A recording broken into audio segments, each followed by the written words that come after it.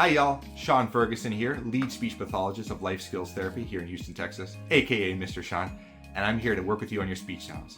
Today I wanted to tackle a sound that's tricky for a lot of people, and that's the R sound, or as we speech pathologists say, R.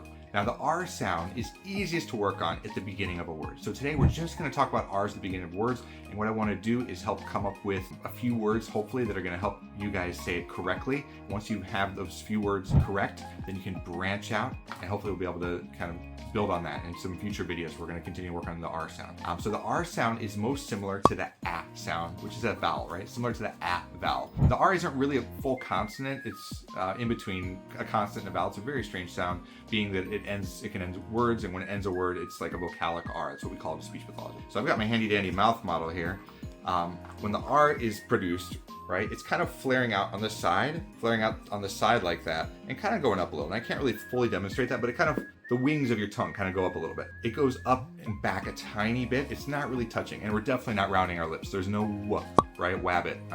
No, we're not doing that, right? And so what I want to do is start with that A sound. Now let's try to shape that. So we're going to start with that A, and you guys try it too at home.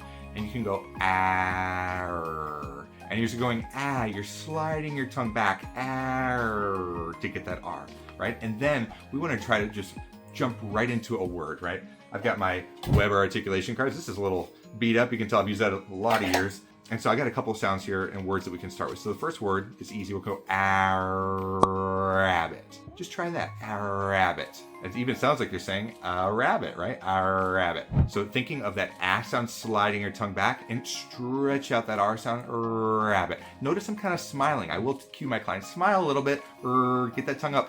A lot of times when you're working with smaller children, they don't really have a lot of awareness of where their tongue is or what it's doing.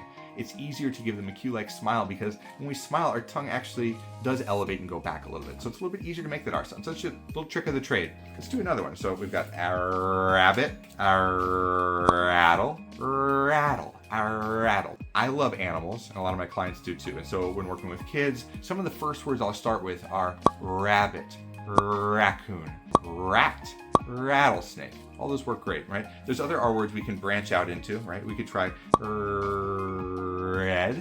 Not too bad, right? That's an easier vowel as well. The vowel we want to avoid is the O vowel, which says like roll. That's a little tricky to start with. Now, if you can get that right off the bat, awesome. More power to you. A lot of people have difficulty with that sound at first. And so take it easy and continue trying the easier ones. Really, what's most important is to have success with a few words at a time. And then you can branch out. So you don't need to get every R sound right.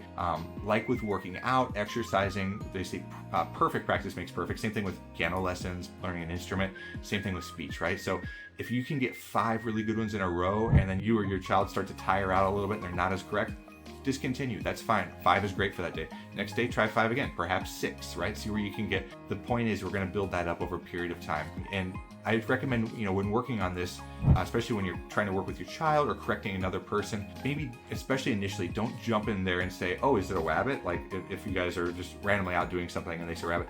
The best time to practice is just kind of some focused practice at that time. Once that sound or word has been mastered, then that's a great time to ask them, oh, did you say rabbit? Is that the right way to say it? And then they can correct, right? And you can kind of make this silly, confused face like I made.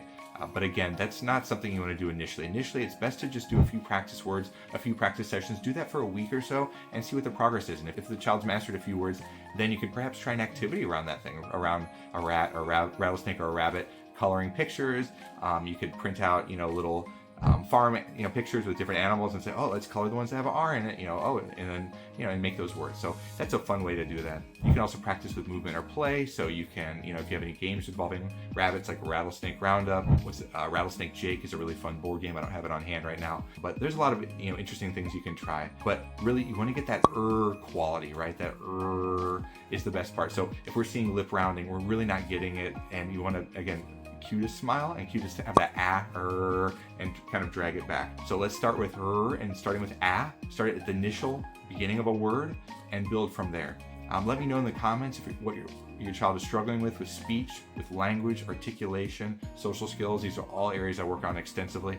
We're going to be actually building out this channel and doing a new series where we're going to be talking about games and toys that children can use for language, speech, and social skill development. I've got a lot of great recommendations and some that aren't so great, but I'll still review them just so you guys can know what I think are good. I've been in the field for about, 13 years now as a practicing speech pathologist and then 2 years of grad school. So I've been at this for quite a while, and I'd love to share more tips and information with you guys. So if you have any questions or comments, please leave them below.